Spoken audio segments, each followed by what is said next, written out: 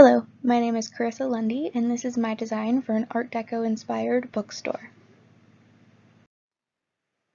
Art Deco originated in Europe and did not come to America until the late 1920s and 30s. This was interesting because I've always associated Art Deco with New York because of the Rockefeller Center and the Chrysler Building, as well as the Empire State Building. Additionally, the term Art Deco wasn't used until the 60s during its revival. An artist and architect that I've chosen from this period to help inspire my design are Erte and Le Corbusier. I don't know if I said those right, I'm sorry. Erte is a fashion designer and illustrator, and many of his designs were used frequently for the covers of Harper's Bazaar, Vogue, and Cosmopolitans. And Le Corbusier is a key architect in the early 1900s that inspired many designs, and he also worked mainly in minimalism and was not a fan of ornamentation. Characteristics of this style also include streamlined forms, speed lines, geometric design, sunbursts, and stepped fan shapes. I found inspiration in the interior design of Hotel Clark in Budapest, Hungary, because this hotel is designed with a contemporary Art Deco aesthetic, which I thought was very interesting because it shows how Art Deco can be brought into the 21st century and still feel very luxurious and contemporary.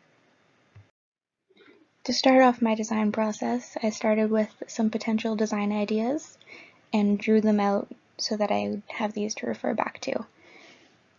My first idea on the left was one where it would be a grand library space with a large bookshelf that covered an entire wall and have some comfortable seating in the middle with some lounge areas as well as a desk so that there would be a spot to work at.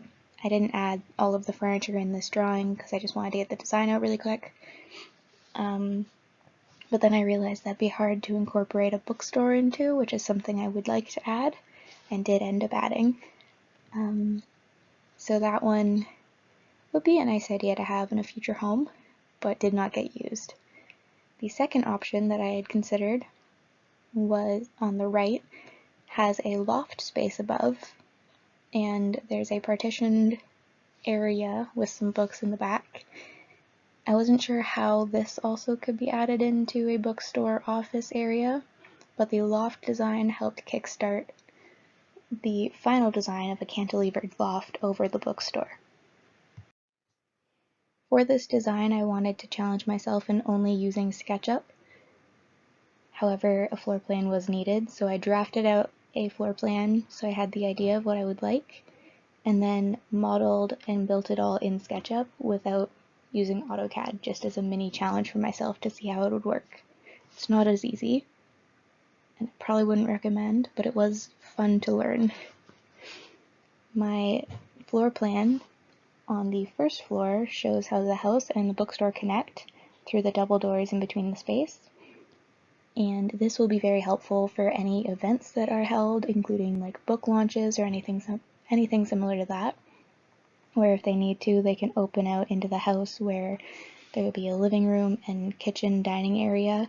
So that could be the refreshment food area, I suppose, or that would be an easy way to get refreshments in and out of the kitchen area into the actual event space, which would be the bookstore.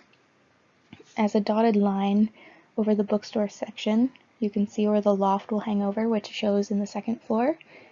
And this will be primarily the office space, which can look out to below and see the bookstore. This will have a nano glass wall, which you will see in the following slides, and that is a glass that can go from transparent to opaque with the touch of a button.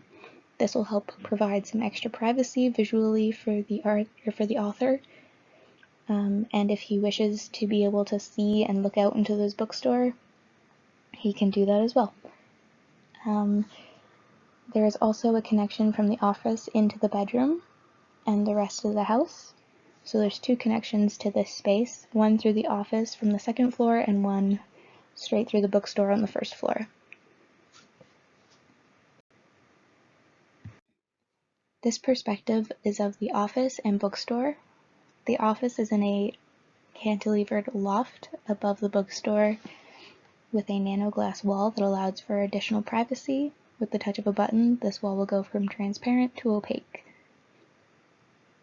Additionally, there are multiple Art Deco references throughout, mainly the extravagant chandelier in the 2-story high area above the lounge seating.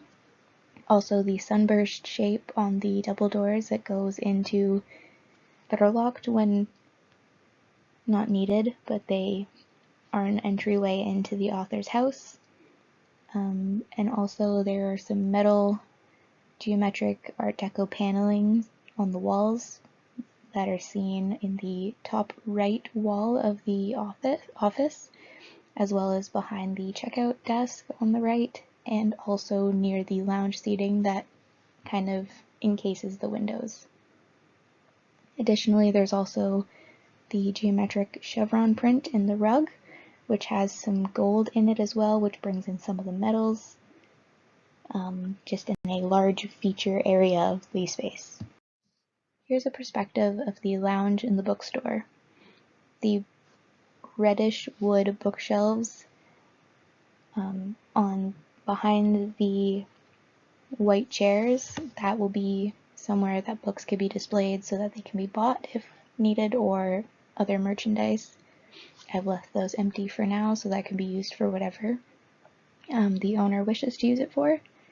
And then there's also a larger bookshelf over in the far wall, and that is also books for sale. And if someone would like to sit down and read a bit of a book to see if that's something they would like to go and buy, there's this nice lounge area with the daybed, and then the 2 LC2 Poltrona chairs that are designed by Le Corbusier. This is something I really wanted to incorporate into the design because it was one of the objects from this time period that I found really interesting, and I thought really encapsulated the Art Deco design.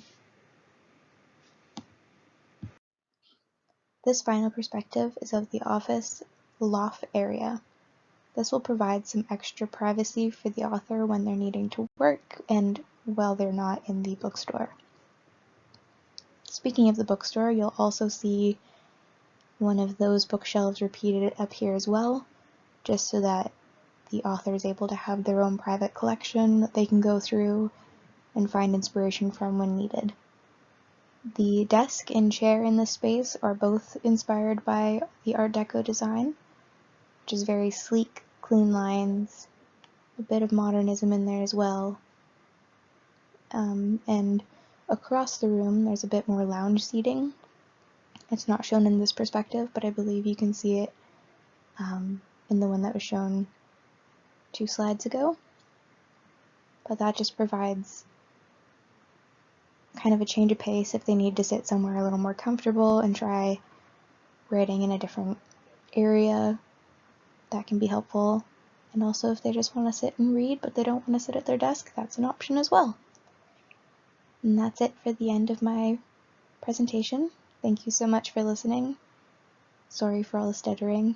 And I hope you have a good day.